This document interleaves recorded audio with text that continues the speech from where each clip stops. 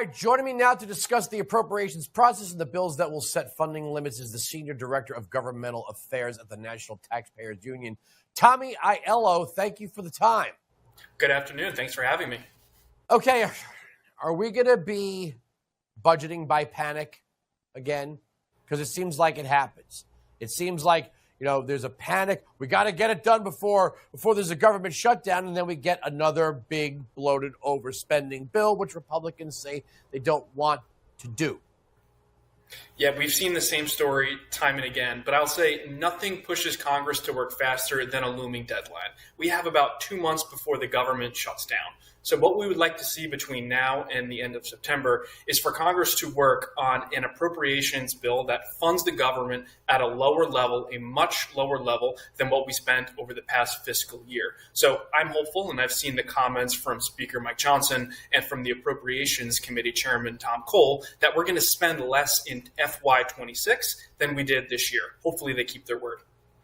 Yeah, that would be nice. Look, we got the rescission through. But what about all the money that's left over? We were covering the story of the medical debt forgiveness in Arizona, $426 million that Katie Hobbs took from the American Rescue Plan. Couldn't Congress conceivably claw back any American Rescue Plan money that's been unspent, or inflation reduction money that's been unspent? Yeah, it really is incredible that we're still spending our money on COVID-era programs. Inflation Reduction Act, which is the Green New Scam, and then even the infrastructure bill that President Biden signed a couple years ago. And the way we look at it is the rescissions bill, it needed to pass. It would have been unacceptable to our base if the bill didn't pass. We're talking about $9 billion. In the grand scheme of things, it's not a lot of money when we're running $2 trillion a year deficits. It's unacceptable. So look, we've spent $400 billion in new debt since the rescissions bill passed the House on June 12th. So we're talking about a drop in the bucket. I'm really hopeful that the appropriations process is going to put us on a better path than we're on now.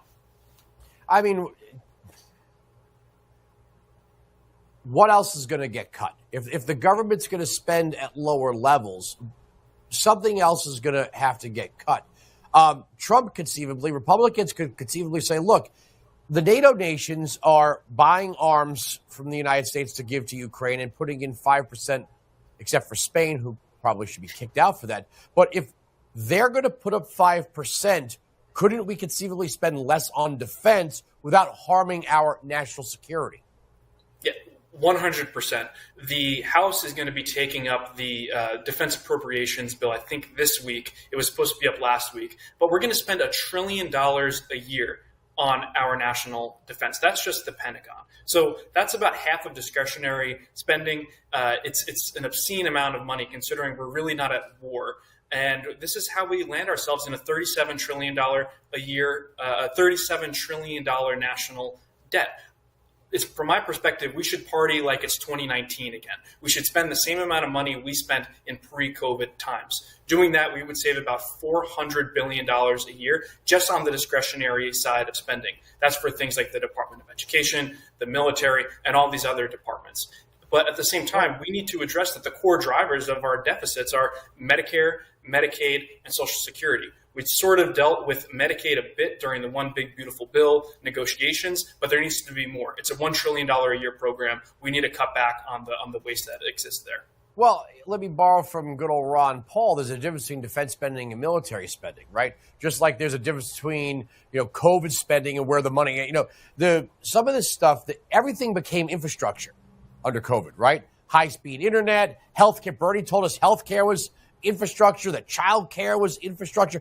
Everything became infrastructure. So maybe we should stop spending on things under the guise of things we're not really spending the money on. If you say infrastructure, the rest of us believe that to be ports, roads, bridges, that sort of thing. When you start adding all this other stuff, it's like military spending and defense spending. Well, other nations' defenses become defense spending, right?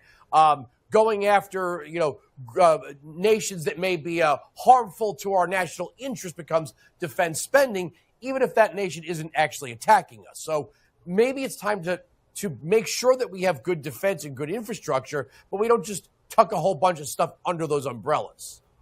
Yeah, that's exactly right. And look, the way I look at it is $37 trillion in debt, $2 trillion a year in new spending that the Fed has to print. There's a reason why we've had a cumulative 25% inflation over the past 5 years. It's because our national debt has went from 21 trillion in 2019 to $37 trillion today. Every dollar that the Fed prints, it degrades the value of our paychecks and makes life more unaffordable for the average American and all working class families.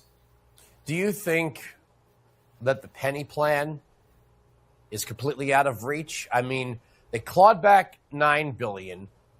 You're telling me the government couldn't live without 1% of like you said, you want to go back to 2019. They can't live without 1% year over year until we have a balanced budget and start paying down the debt? I mean, the penny plan seems like a brilliant way to do this. Yeah, it's really 1 cent on every dollar Congress spends. 1%. It's a small drop in the bucket, just like the rescission's $9 billion. I'm hopeful we'll see more rescission packages come to Congress's way for them to vote on. Plus, if you spend less than you did last year and the economic growth that's going to occur from the one big, beautiful bill, hopefully we'll be able to grow and cut our way out of the fiscal situation that our country is in. You know, one thing I've offered this one that, look, we're trying to sunset USAID. Maybe all future foreign aid should not be money budgeted by the Congress and then given to NGOs. It should be tied to a treaty ratified in the Senate, which is debated specifically in, the light of day.